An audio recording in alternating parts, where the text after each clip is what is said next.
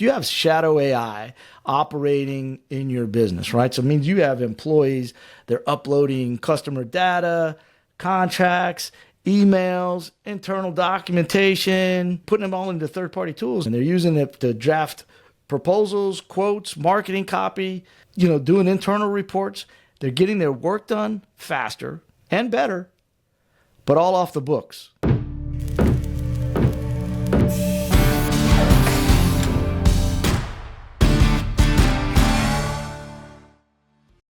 Welcome back. This is the Second Half Man Show. I'm 601, and I'm here with I'm Russ Borden. the founder of 2HM, Second Half Man. So the last time, Russ, we were talking, we talked about big business and whether they were using big business, whether they were using AI, or if that was a falsehood, or if it was real, and are they using it effectively? But this time, what we're going to talk about is small business, right? Which is near and dear to my heart because I am a small business owner. And that's the thing that concerns me most. And I don't know. I mean, I don't know if adaptation in small business is going to be easier with AI than it will be for big business. But it scares me, right? It scares me. So I'm not sure. Yep. I know you got thoughts. I don't know if it should scare you or not, but I can see why it would. Look, so right now, only about a quarter of small businesses are using AI in their daily business. Most of them just kind of take the attitude of, that's not relevant to us, right? Yeah. It's like, Yeah. your business. It's a relationship business. It's you're not AI, big tech, worrying about models or anything else. And like anybody else, you're kind of feeling like, not in my shop, or I don't need to do that, right? Yeah, I mean, I'm still using the processes I've used for a long time. I've been somewhat successful at it. But all those processes were developed without AI, right? Of course, because Yeah. you're the last analog generation, right? You know how to do that. Not me alone, bitch. You take up a big part of it. You too. You too. So another thing people are talking about is, if you're a business owner or a manager is running a smaller business, talking about is, my 50s, 60s, like, why in the hell am I going to blow up my model now that's been serving me, what you just said, been serving me well over the last 20 or 30 years? Why would I do that? Especially if the big guys can't make it pay, then why on earth am I going to try and do something like that, right? Yeah, So that's like a hard sell if you're trying to convince somebody. You're a consultant trying to convince somebody that's in the position you just described, 50 or 60, has his business, been successful, thinking about retirement, but not quite ready yet. Understands that the time horizon has gotten much longer. So now he's got to stay in business, but he's also got to build a business that he's going to have to sell later on. So I'll tell you what. So go ahead, because No, I I was do gonna have say another that all the question. more reason why you need Yeah. to be paying attention. Yeah. You just like everybody else floating around like, "Ooh, Okay, this okay. okay." So if I'm floating around, right? Yeah. I'm still in business. Let me ask you. So you tell me what's really happening, right? Tell me what's happening. I know you got those receipts, right? Your back pocket. So give them Yeah. to me. Let me hear it. Let me All hear right. Let me hear it. So we already talked about only about 24% of small employers in the U.S. survey say that they're actively using AI tools in their business today. Most owners, over three-quarters of the owners, are sitting this out. They're not sure what to do, and they're not really doing anything about it. Here's the problem. Their people are already in. They're already using it. Around 75 to 80% of all knowledge workers globally say they're using generative AI at work in some capacity, in some way. 78% say that they're bringing their own AI tools into the workplace.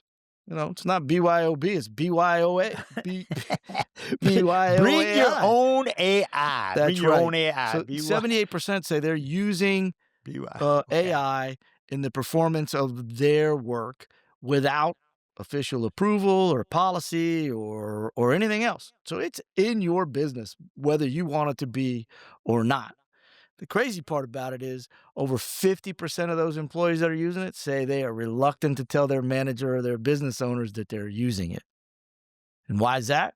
Well, because, they fear your favorite thing. They fear looking like they're lazy or that they can easily be replaced or Sorry. they've been screwing around, not really doing all this stuff all the times. And then they're unclear about what the restrictive company policies are, right? So that could cause lots of problems for the a lot small of problems. businessman. For the So small think businessman. about this. If you have shadow AI operating in your business, right? So it means you have employees, they're uploading customer data, contracts, emails, internal documentation, third-party tool. You're putting them all into third-party tools, then, if you don't know what the heck's going on, this is what's happening. They're using it to draft proposals, quotes, marketing copy, doing internal reports.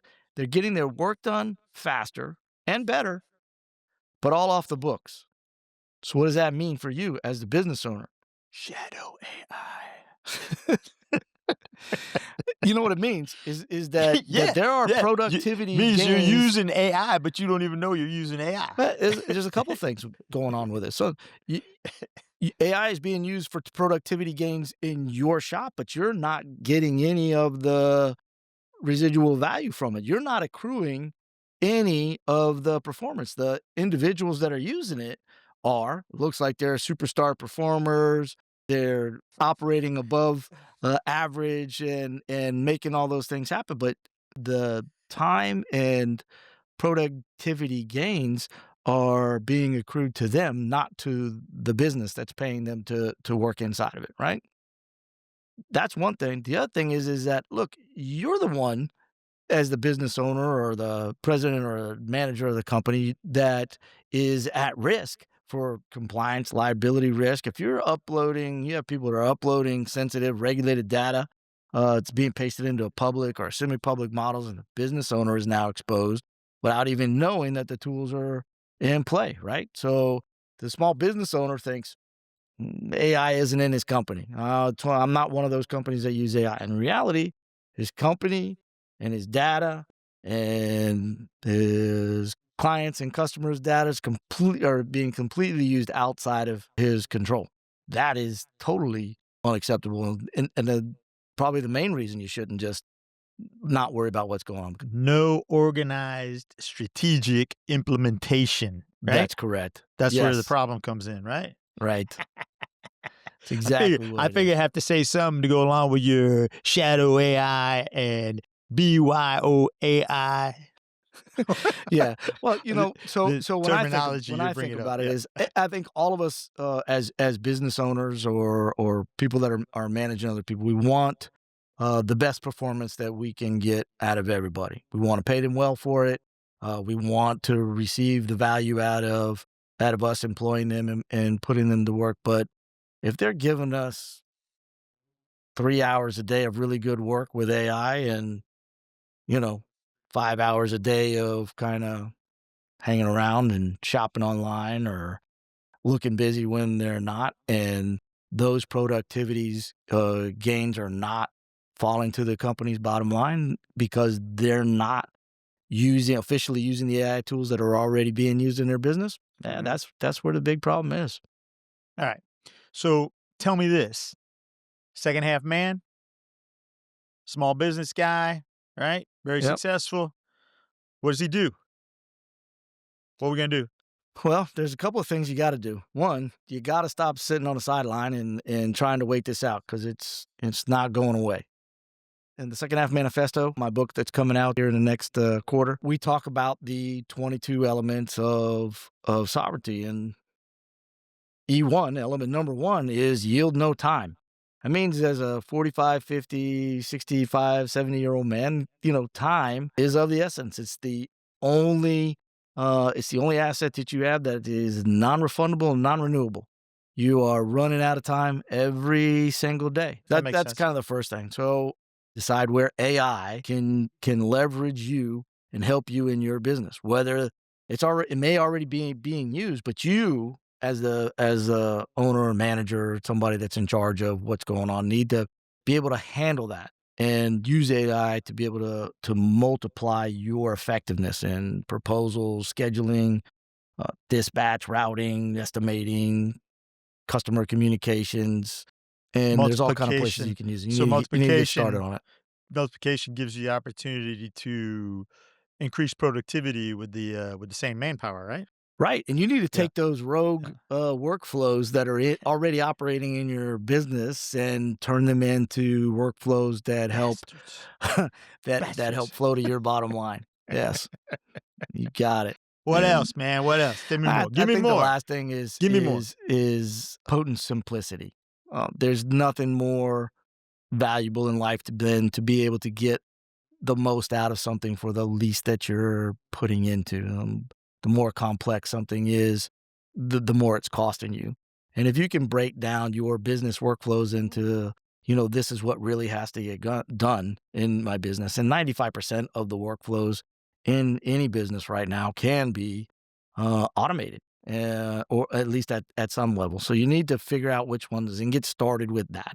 Pick one. Just pick one. Be as simple as you can. Pick one workflow that you know how to do backwards and forwards. It solves one recurring problem inside one process that you already know cold. You're the champion, the expert of that. So use one tool that can do that and show yourself that with a little bit of effort, I can utilize tools that are already out there, partially being used in my business anyway, and put those to work so that I'm in command of the machine, not my youngest employee. So You don't want your youngest employee in command. All right. So, again, this is the Second Half Man Show. Need subscribers, so if you could subscribe, that'd be great too. Don't forget to leave us comments and questions in the comments so that we can get back to you guys, hopefully with some answers that'll help you. We're looking for second half man, right? We want you as a second half man. We want you to become part of the brotherhood. So I'm 601, I'm Russ Borden. Second Half Man Show. Stay dangerous. Stay dangerous.